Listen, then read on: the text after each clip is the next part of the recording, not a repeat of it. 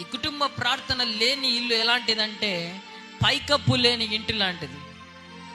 గోడలు ఉన్నాయి మంచిదే, మంచి టైల్స్ ఉన్నాయి మంచిదే, పైకప్పులు లేకపోతే ఏం ప్రయోజనం అండి? ఎండకు వానకు ఆ కుటుంబము తడిసిపోతుంది ఆ ఇల్లు. నీ కుటుంబానికి నువ్వు కంచె వేసుకోకపోతే, కుటుంబ ప్రార్థన నువ్వు చేయకపోతే, నీ కుటుంబము పైకప్పు లేని ఇంటితో సమానం.